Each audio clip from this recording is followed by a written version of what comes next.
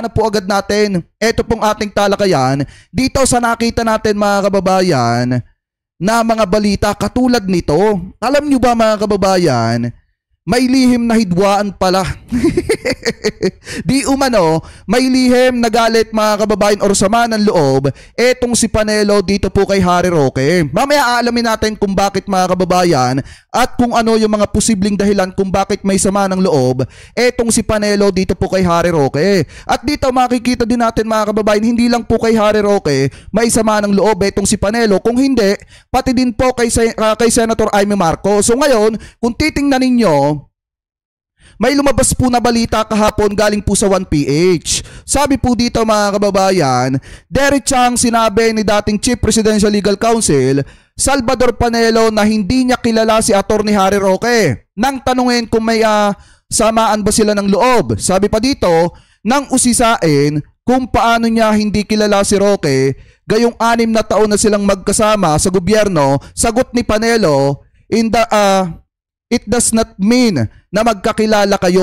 Yan po yung sabi dito, or magkakakilala kayo. Yan po yung sabi ni Panelo dito mga kababayan. So ngayon, baka sabihin ng iba kasi ang pinapalabas po nila dito, sinisiraan daw ng 1PH, eto daw pong si Harry Roque at saka daw po itong si Panelo. Kasi hindi naman daw po totoo, eto pong balitang ito'y paninira lamang daw po para magkagulo-gulo at magkaroon ng hidwaan eto pong mga kaalyado ni dating Pangulong Duterte. Kasi kung titingnan po natin mga kababayan, sa totoo lang, buhat nung nakulong si dating Pangulong Duterte, lumalabas yung mga samaan ng loob ng kanya mga kaalyado. Katulad na lamang nung pagbira ni Panelo kay Senator Amy Marcos, katulad na lamang nung pagbira ni Panelo dito naman po kay Attorney Harry Roque. So ngayon, pakinggan po natin ito nakita nating video na kung saan interview po ito ni Attorney Harry Roque patungkol po mga kababayan ni Panelo patungkol po sa pagkakaaresto ni dating Pangulong Duterte. And then naitanong nga dito yung ugnayan niya kay Roque kung kilala ba niya si Roque at bakit niya nasabi na hindi niya kilala. So ito, pakinggan po natin. Thank you for joining us. Pakinggan nyo ha. Magandang tanghali. Umaga pa lang po, attorney. Wait, di pa tanghali na. Alas 11 na, di tanghali na. Sige po. Attorney Sal, I'd like to start off po with asking how the former president is. Kasi medyong may mga nag-worry po yesterday. Sandali. Yes, go ahead po. Sandali. Sino ba ito? Sino ba ito kausap ko? Si Angelo Castro po and si Angela Lagunzad Castro po from News and Views on One News. Ikaw pala yung anak ng kaibigan ko. Miss na miss ko yung tatay mo. Hi, Opo. Attorney Sal. Oo nga po. Ayan. I am the next in line sa kanya po. Sige, tuloy na tayo. Tuloy sige na tayo. po. Attorney Sal, syempre madami nag-worry po yesterday when former Executive Secretary Salvador Medialdea hindi po daw makita si former President. How is the former President po? Kamusta na po yung kalagayan niya? Ito yung pinapalabas ni Medialdea na kinidnap etong si Duterte pero nasa ospital lang naman pala. Hindi ba merong video si Presidente Duterte na sinasabi niyang okay siya? Pag-usap siya sa consular officers natin doon. So sa tingin ko okay. Otherwise, hindi nagreklamo. Oo. Kasi that video po, attorney, was before, after, no? Before pala mangyari yung ICC. After mangyari yung ICC. Pero yun nga po, no, meron naman pong statement na rin naman po talaga from the President. Pero kayo po, personally, have you talked to him na po since the arrest? Hindi kasi nga, hindi nga ako nakapasok sa Villamor eh. Huli kaming magkita. Doon sa state sa Hong Kong, nagsisinyasan lang kami. Although, hindi naman kailangan kasi matagal na namin pinag-uusapan na yan. Pinagkikita. Siguro po, attorney, kasi po si Secretary Salvador Medialdea, siya po yung iisa po sa in-appoint na legal counsel. Will you be part of it po pagdating po doon sa The Hague? Yan. Ay, hindi, alam mo, hindi po pwedeng mga Pilipino lawyers doon na hindi accredited. Nako! Kailangan yung mga taga-roon. Kaya yung legal team dito sa Pilipinas, marami yun. Maraming abogado marami rin nag-volunteer. Hindi po pwedeng doon unless na accredited ka doon. Si Presidente Inday, kumuha ng abogado roon. So ibig sabihin mga kababayan na mga pwede lang mag-abogado kay dating Pangulong Duterte yung mga accredited lang katulad ni Harry Roque, mga kababayan. Isa po si Harry Roque sa mga accredited na pwedeng maging abogado or pwedeng magsilbing abogado ni dating Pangulong Duterte dun po sa The Hague, Netherlands, which is dyan po sa ICC. Ano po, so ngayon pakinggan po natin pa. Where are we na daw po in terms of getting a council po that is accredited by the ICC? Tatanungin natin si VP Sara kasi precisely that's one apart from visiting the father. Ibuuin niya ang legal team. Yes, Attorney, would like to ask you also about yung mga final po sa Supreme Court, yung habeas corpus ni kayo po on behalf of Kitty Duterte. Ano po ang mangyayari doon? Wait lang may ads lang. Alam niyo mga kababayan, sa totoo lang, isa din si Roque sa may kasalanan. Kung bakit mga kababayan nagkaroon ng jurisdiction ng ICC sa atin at kung bakit naging member mga kababayan ang Pilipinas sa ICC. Ano po sa Rome Statute? Dahil nga kung tutuusin, alam naman po natin noon pa man, eto pong si Harry Roque, loyal po talaga yan sa ICC. Kasi abogado nga po siya mga kababayan, accredited lawyer nga po siya ng International Criminal Court. At ipinagbunyi po yan ni Harry Roque nung naging miyembro ang Pilipinas ng ICC mga kababayan. Mamaya ipapakita ko po sa inyo. Anuin muna natin to, yan. Sa ngayon, binibigyan ng gobyerno ng 24 oras mula sa pagtanggap nila ng order ng hukuman na magpaliwanag sila kung bakit kakatigan yung aming petisyon. Kasi petisyon namin, sabi namin, ikatato mo yan, nilabag nila lahat ng klaseng batas dito, pati nga sa batas ng sarili ng ICC, nilabag din nila. Kailangan ibalik dito yan. Managutin. Lumabag sa kanya. Attorney, I want to circle back po doon po sa pangyayari bago po siya ma-arrest. May mga rumor circulating at that point nung weekend na meron nga daw pong arrest warrants against kay former President Digo Duterte. And a lot of people are saying dapat daw po hindi na daw po muna umuwi siya at in-exhaust muna po muna yung mga legal remedies niya dito bago po siya umuwi. Your thoughts on that po? Hello, alam po ninyo, iba kasi ang paninindigan ni Presidente Duterte. Matagal niya na sinasabi na nung siya'y presidente, nung siya'y mayor, nung congressman siya, meron siyang sinumpahan na magsilbi sa taong bayan. At yun ay gagawin lahat ng pamamaraan hanggang kahit na ibuwis niya ang kanyang kalayaan o ang kanyang buhay. Kaya hindi siya maaaring tumakas. Ayaw niya yun. Out of character. Alam niya na may darating na ano, pero yan! Diba? Kahit doon sa congressional hearing, sinasabi niya, dinibear niya pa nga ang ICC, di ba? Sana kayo dito. Pero ang problema kasi ganito. So bakit naiyak? Bakit nag-iiyakan yung mga taga-suporta ni dating Pangulong Duterte? Mismong si Panelo na nagsabi matagal nang alam ni dating Pangulong Duterte na may warrant of arrest na po siya. In fact, mga kababayan, dinider pa nga niya, hinahamon pa nga niya, eto pong ICC nung siya ay naandun po sa Quadcom. Di ba sinabi niya pa nga, sisipain niya pa yung mga taga-ICC mga kababayan kapag ka-inaresto siya. Pero hindi naman nangyari yun dahil nga ang naging drama ni dating Pangulong Duterte, bakit niyo ko inaaresto? Wala, ano bang kasalanan ko? Diba mga kababayan? Kaya nga doon sa mga kababayan Pilipino po natin, yung mga taga-suporta ni dating Pangulong Duterte, huwag na kayong mag-iyakan.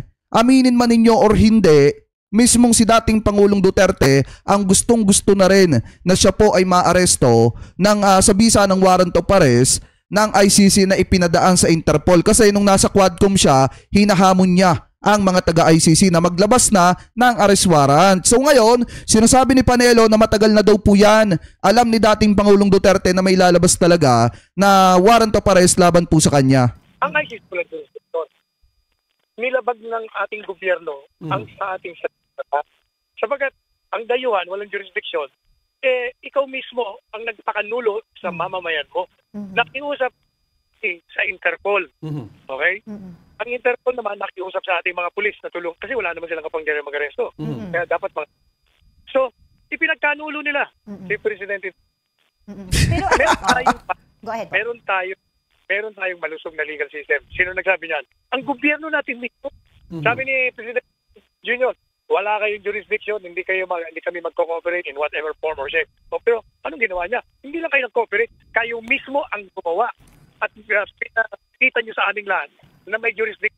Sumuko kayo, isinuko nyo ang kasarinlan ng ating bansa sa isang dayo. Mamaya, Attorney Sal, why do you think itong gobyerno po ngayon, itong administrasyon ay very unwilling po or... Hello, Philip. Hello, Attorney, can you hear me? Yes. Yeah. Ano yun? Why do you think this administration is unwilling na sila na lang ang magkaso kay former president if ever at pinadala pa sa ibang bansa, Attorney? Alam mo, ever since sa aking programa, paulit-ulit ko sinasabi sa lahat ng aking interviews, ang talagang ultimate goal dyan ay i-eliminate ang mag-amang VP Sara at Duterte. Politika, kailangan matanggal sila sa 2028. They have to destroy physically, legally, lahat na klase. Baka kailangan wala sila kasi si Inday Sara ang pinakamalakas na kandidato sa Panguluhan sa 2028. At si Duterte naman, ang may mga milyong-milyong mga followers na tutulong kay Inday Sara. Kaya kita mo, pinailan ng impeachment, pinailan ng criminal justice.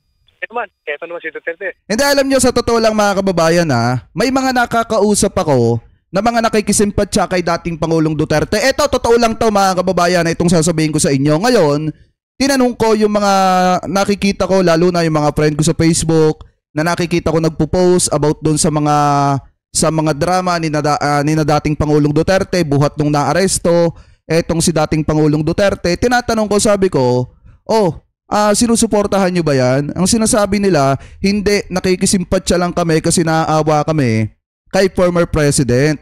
Pero kung si Sara daw mga kababayan, yung nakakulong dyan, okay naman yung pangangatawa ni Vice President Sara Duterte, okay lang daw. Wala daw problema mga kababayan. Pero kaya lang sila naaawa kasi nga dahil daw sa edad ni PRRD. So ngayon, eto sinasabi din nila, wala daw silang magagawa kasi nga yan daw yung sinasabi ng batas, kailangang sumunod at kailangan manaig ang batas. So ngayon mga kababayan, sa totoo lang, yung sinasabi ni Panelo dito na marami mga taga-suporta itong si Sara Duterte, ang marami lang sa mga sumusuporta sa mga Duterte ay ang tinitingnan lang ay etong si dating Pangulong Duterte, hindi po si Sara Duterte. Kasi yung iba, okay lang na napagbayaran ni Sara Duterte yung kanya mga kasalanan kasi nga okay naman yung edad ni Sara Duterte at maayos naman yung pangangatawan nitong si Sara. Yun yung mga sinasabi nung ibang mga kaibigan natin na sumusuporta kay dating Pangulong Duterte at nakikisimpatya.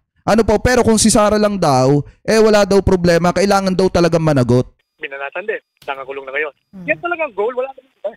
Alam mo yung mga sinasabi lang, meron kaming jurisdiction, may ICC, ganun. Yun ginagamit na lang yun, cover up yun sa kanilang So, Attorney Sal, think kasi si Senator Bato daw ang possible next, but kasi pinag-uusapan na si VP Sara baka kasama daw sa case. Do you think na possible, habulin din siya ng ICC? Diba, kasama siya sa mga dinimanda. Hindi lang yan. Hindi ba sabi nga ni Inday Sara, hindi ako magtataka kung ako pati isasama nila kasi sinasama na siya noon Attorney, I would like to get your comment po doon po sa recent statement po ng Supreme Court about not giving you an immediate TRO. Hindi sa akin yun. Ibang abogado yun. Sa ibang abogado po. Okay. So, ibang abogado yun. Pinahin ko po the petition for a writ of habeas corpus. Okay. Alright. Pero ang sinasabi lang naman ng Korte Suprema doon, walang maliwanag na nagkaroon ng pagtabat ng batas. Kaya kailangan pag-usapan pa. Wala naman sinasabi. Ang feeling ngayon, wala kaming nakikita ng paglaban. Kaya, pero sinet pa rin nila for oral argument. Attorney, taking this opportunity para matanong lang po kayo kasi may mga kumakalat po yan. alam kung totoo ito o hindi at mas maganda na po na ito po ay ma-address po ninyo. Meron daw po ba kayong hindi pagkakaunawaan ni Attorney Harry Roque?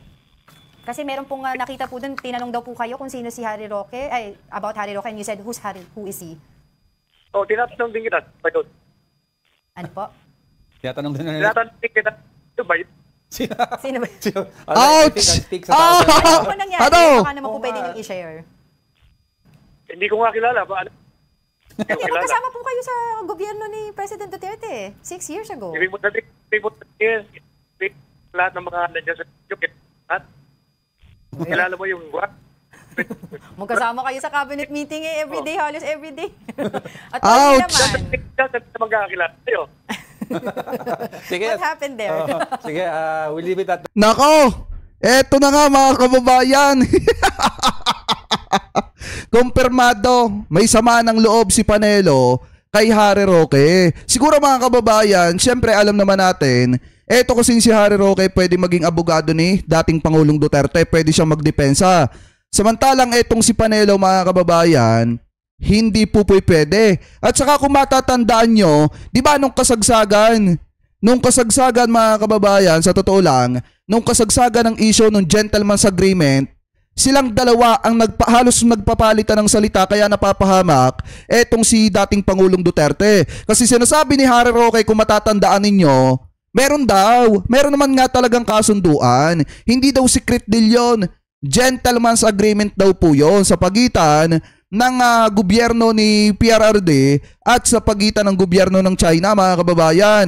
Pero sinasabi naman itong si Panelo, wala daw katotohanan yon. Kumbaga, silang dalawa yung nagkukontrahan nung kainitan ng issue ng gentleman's agreement. Tapos dito malalaman na lamang natin biglaan na may samaan pala ng loob. Kasi biruin nyo, imposible namang hindi niya kilala si Harry Roque. Ang tagal nilang magkasama at saka nagpapalitan sila na tagapagsalita ni dating Pangulong Duterte nung panahon po na sila ang nasa kapangyarihan. Imposible namang hindi sila magkakilala. Talagang may samaan lang ng loob na dumating sa punto, mga kababayan, na kinakailangan kalimutan ng isa't isa. Yan po yung ano dyan. Nawala lang si dating Pangulong Duterte, nakulong lang dun sa The Hague, Netherlands. Nag-aaway-away na yung kanya mga taga-support at mga kaalyado. Paano kayo mananalo niyan kung kayo mismo ang nagtatalo-talo? Siguro, mga kababayan, tingin ko dito, in my own opinion, personal opinion, baka naiinggit itong si Panelo dito kay Harry Roque. Kasi etong si Harry Roque pwedeng maging abogado ni dating Pangulong Duterte at pwedeng magdepensa kay dating Pangulong Duterte dahil nga accredited siya na abogado ng ICC dito po sa Pilipinas. Samantalang etong si Panelo, hindi siya pwedeng magdepensa kay Digong doon po sa ibang bansa kasi hindi naman po siya accredited ng ICC dito sa Pinas. At ang isa pa sigurong dahilan dyan, mga kababayan, kung matatandaan nyo kasi, kaya naging miyembro ang Pilipinas sa ICC. Ano po, nung 2011, kasi siguro isa din po itong si Harry Roque sa dahilan at naglakad, kaya naging miyembro ang Pilipinas ng ICC. Dahil kung matatandaan nyo, mga kababayan, nag-post itong si Harry Roque noong August 16, 2011 na kung saan sinasabi niya, mga kababayan, ito pa nga lumang tweet ni Harry Roque, muling naungkat, mga kababayan, na kung saan sinasabi niya dito, plot twist of the century, mga kababayan. Muling inungkat ng netizen ang lumang post ni dating presidential spokesperson Harry Roque kung saan ipinagbunyi niya ang pagiging miyembro ng Pilipinas ng International Criminal Court ICC noong 2011. Kung matatandaan nyo, mga kababayan, 2011 kasi naging miyembro ang Pilipinas ICC at yan po ay ipinagbunyi ni Harry Roque kasi nga siya yung kauna-unahang tuwang-tuwa dyan, mga kababayan, dahil mapapagbaya daw yung mga abusado, yung mga nasa kapangyarihan na nangaabuso ng mga kababayang Pilipino po natin na hindi kayang imbestigahan at hindi kayang litisin dito daw po sa ating bansa. Kaya ipinagbubunyi ni Harry Roque kasi mapapagbayad. Yun daw pong mga tao na basta na lamang kumikitil ng buhay ng ibang tao. Yun pa nga yung pagkakasabi niya dito sa kanyang post, at long last, the Philippines to be a member of ICC. Despots, murderers, torturers, beware. Or humanda daw, mga kababayan. Yan yung sabi nitong si Harry Roque. Kaya kung titingnan nyo, yung tawag dito, yung prinsipyo ni Harry Roque talagang may kaplastikan. Bakit natin nasabi may kaplastikan? Dati pinagbubunyi mo nung naging miyembro ang Pilipinas ng ICC. Tapos ngayon naging member ka lang ng gabinete ni dating Pangulong Duterte. Ngayon pumapabor ka na doon sa tao na basta na lamang naguutos na itumba ng itumba yung mga kababayang Pilipino natin. Nasa na yung prinsipyo mo, kinain mo? Diba, mga kababayan? Napakaliwanag naman. Sabi pa nga dito, umaasa siyang magiging legal counsel ni dating Pangulong Rodrigo Duterte at labanan ng ICC sa isinampa nitong kasong Crimes Against Humanity. Accredited ng International Tribunal si Roque bilang abogado, kilala siyang dating bilang human rights advocate, mga kababayan. This did not, sabi pa nga dito, This did not age well. Sabi ng isang netizen. Medyo naguluhan ako sis. Hirit ng isang nagkomento mga kababayan. Biruin mo ha, gustong gusto niya na maging abogado, maging accredited na abogado ng international community mga kababayan or dito sa ICC. Tapos ngayon kakalabanin niya ang ICC para depensahan yung kanyang kliyente sa isang kasong pinakaayaw ni Harry Roque. 'Di ba? Sa ngayon nagkatala nun, ayaw ni Harry Roque sa mga tao na basta lang naguutos na itumba ng itumba yung mga kababayang Pilipino natin. Partida, human rights, advocate pa etong si Harry Roque. Tapos mga kababayan, ayaw din niya dun sa mga tao na nagtutorture. Tapos ngayon kung titingnan nyo, isa siya sa magdidepensa doon sa tao na kung makapag-utos magpatumba ng mga kababayang Pilipino natin, ganun-ganun na lang. Kaya nga mga kababayan, yung sinabi ni Roque, yung kanyang prinsipyo, yung kanyang ipinagbubunyi dati, kinain niya ngayon. Ganyan pala yan mga kababayan.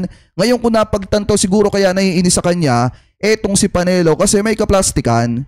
Ano po, biruin mo, dati, kunyari, defensive ka sa mga kababayang Pilipino natin. Pero ngayon, dinidepensahan mo na yung isang tao na talagang halos umubos ng buhay ng mga kababayan po nating Pilipino, ng karamihan sa mga kababayan po nating Pilipino. Tapos ngayon, kung titingnan nyo, naging member lang ng gabinete ni Digong, pumapabor na din sa isang tao na kung magpatumba ng mga kababayan natin, ganun-ganun na lamang po. So yan yung isang patunay mga kababayan, na ang prinsipyo pala ng isang tao talagang nawawala din, lalo na kapag nakakatikim ka ng katiting na kapangyarihan sa gobyerno. Ano po, so yan, noong 2016, nagpo-post pa si Harry Roque, sabi niya pa dito, at long last, the Philippines to be a member of ICC.